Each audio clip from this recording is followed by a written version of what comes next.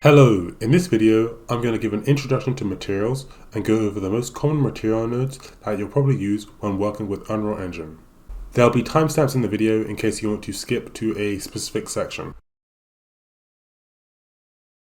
To get started, I'm in my content folder and I'm just going to right click and create a new folder and just call this materials. Then I'm going to head inside here, and to create a material we can just right click, go over to material and just select it, and I'm just going to call this my master underscore mat for material. Then I'm just going to double click and open this up. This will take us to the material editor, and you'll notice this node. Using this node we can basically customize how our material will look. We'll get a preview about how our material will look here in the preview window, and if you want you can basically change the shape of the object in the preview. So I can basically select this cylinder, this cube, and if I want, I can even select my own custom mesh. So to do that, if I close this window, and then I have the starter content in my project. If I just look for a static mesh, so let me just select this chair.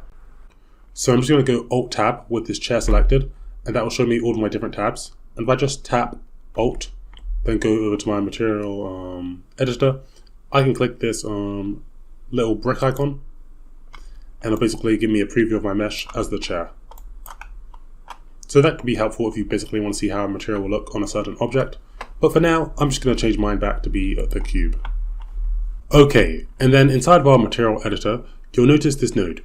We can basically use this node to customize how our material will look. Although you'll notice, some options like the opacity here are grayed out. Depending on the settings of our material will basically depend on what options we can change. If I go over to material, right now the blend mode is set to opaque, but if I change this to be something like translucent, you'll notice it'll grey out certain nodes like the metallic and the specular, although I can now change the opacity, which will basically allow me to change how transparent this material is. So if say I wanted to create a water material, it'll be helpful to have the blend mode to be translucent. That way I can basically control the opacity of the material. I'm just going to change this back to be opaque. Opaque is going to be probably one of the most common blend modes you're going to be working with. We can also change the shading model of our material. Right now it's set to default lit, but if say I wanted to create like an eye material, it's recommended to change the shading model to be like eye, and then create your material. The most common shading model you'll probably be working with is going to be the default lit, and I recommend that we just have it on opaque and default lit for now. To customize how our material will look, we can go over to the palette. The palette will basically show us all of the different nodes we can use to customize our material. Now there are a lot of nodes here, and it can easily be overwhelming. So I'm just going to show you the most common nodes that you should probably know as a beginner, which you can use to manipulate and control how your material will look. The first couple nodes are the constant nodes. We can drag them in. Also, the most common nodes have a shortcut. So if I press 1 on my keyboard and I press the left mouse button, that will create a constant. If I press 2 on my keyboard and I left click, that will create a constant. For now, just drag in all the constants, so there are 4 in total. And I'm just going to explain what each node does and how it works. So constants will have a value which can go from 0 to 1. And this will basically help determine what color our material will be. When a constant has a value of 0, it'll be black. So if I just select this constant and I connect this into base color, we can see my material will become black. If I change this to be 1, you'll see my material will become white. So constants can go from a value of 0 to 1. When it's 0, it'll be black, and when it's 1, it'll be white. This is a constant which has 2 values. So it's a value for controlling the red color of our material and the green color of our material. This constant has 3 values, so we can control the red color of the material, the green color of the material, and the blue color of the material. And this constant has 4 values, so we can control the red, green, blue, and the opacity of the material. So if say I go here and I type in 1 for this constant, if I then just connect from this top value into the base color, my material will be red. If say I make this 0 and I make this 1, my material will be green. So I can basically control the red and the green of my material. And when I make both of these 1, these will combine and it will basically make the material yellow. This constant 3 basically allow me to adjust the red, green, and blue of the material, and it even gives us this color wheel, which will basically let us see a preview of how our material will look. So we can see right now this light blue will be 0.2 in the red, 0.5 in the green, and 1 in the blue. I can go OK, and then I can just connect this into the base color, and this will give me a blue material. And this constant is basically the same, although we can control the A value, which will basically control the opacity of this material. So when I adjust this A value, you can see it's becoming a bit lighter here. So that, in a nutshell, is how the constant material works. Let's go over some other common material nodes that you'll probably use. I'm just going to delete all of the constant nodes, apart from this one. The next node I want to show you is the multiply node. If I just press M on my keyboard, it will create it. And the multiply node does what the name suggests. It allows us to basically multiply a value. If I just connect my constant node into here, and then I connect this into the base color, nothing will happen because I'm basically multiplying this color by 1. And as you know, in maths, if we multiply anything by 1, it'll basically be the same. If you remember earlier, I told you that the constant values go from a value of 0 to 1. If, say, I make this 0, it'll make the material black. And as you know, when you multiply anything by 0, it will become 0, so this material will become black. Although if, say, I wanted to make this material a bit darker, I could multiply this by, let's say, 0.3, and the material would be a bit darker. And if, say, I wanted to make the material lighter, I could multiply this by like a positive value, so let's say 1.5, and that will make the material lighter, because as I said, when we make the constant value 1, it'll become white. Next, I want to show you the Lerp node. So if I just delete this, I'll right click and look for Lerp, and actually it's called the linear interpolate.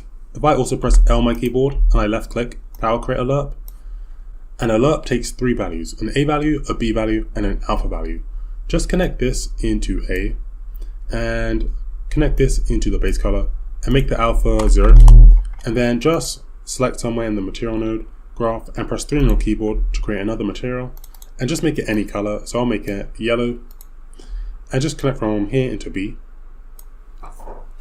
And the way the Lerp node is, we have this alpha, which can go from a value of 0 to 1. When the alpha is 0, it'll basically be whatever value A is. And when the alpha is 1, if I just make this 1, it'll be whatever value B is. So when I make this 1, we can see it becomes yellow. And if, say, I made this 0.5, then it'll be a mix between this color and this color. So this Lerp node can be very helpful. I'm just going to delete this. The next node I want to show you is the Append node. This basically allows us to combine 2 values. So if I just right click and I look for Append, and I want this one, Append vector, and just press 1 on your keyboard to create a constant. And if, say, I just connect this into A, and then I just copy this and I paste it again, and I just make this 1, and then I connect this into B, and then I connect this into the base color, it should be green. So when I basically append a node, I'm getting value 0, then value 1. So in total, this is color 0, 1. So this is the green color. So if I just select this, and I were to make this 0, and this 1, and this 0, it's green. So Append basically allows us to combine some elements. The next node I want to show you is the texture node. If you just press T on your keyboard, this will create a texture node. And let me just select it, then go over to material expression here. And here I can select a texture that I want my material to be. So I'll just select this icon and connect this into RGB. And my material will basically be this texture. Sometimes textures can be a bit stretched. So what we can do is tile textures so that they repeat. In order to do that, I'm just going to delete all of these material nodes, and I'm just going to right click and look for texture coordinate. And you'll see we have a value in the U tiling and the V tiling. If, say, I make this 5 by 5, then I just connect this into UV. We'll basically tile my texture 5 by 5. So you can basically do that if you want to stretch a texture. You can make it smaller or bigger. And then another node I want to show you is the panner node. This basically makes it so we can make texture nodes move. So if I just drag off here, and then I look for panner, connect from here into here, and then we have this axis called speed, and we can basically control the direction that our material will move in the X and the Y axis. So in the X, if, say, I put a value of 1, and I go apply, your material should start moving in the X axis. Let's say I make this 0, and then I make it 1 in the Y axis. my material will move in the y-axis. And let's just save this. If I close this and then say I drag my material into my project, you'll see the material acts like it's moving. If I just play my project, I'll even see that this material is moving. It's moving kind of fast, so what I can do is I can just make this 0.1 so it moves a lot slower, and I can also just scale this up. So maybe I'll make it 20 by 20.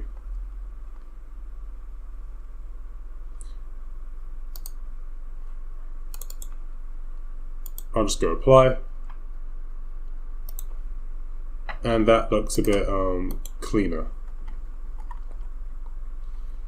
Okay, I'm just going to select my floor and go over to materials and change this back to the mi_prototype_grid_gray. That's what it originally was.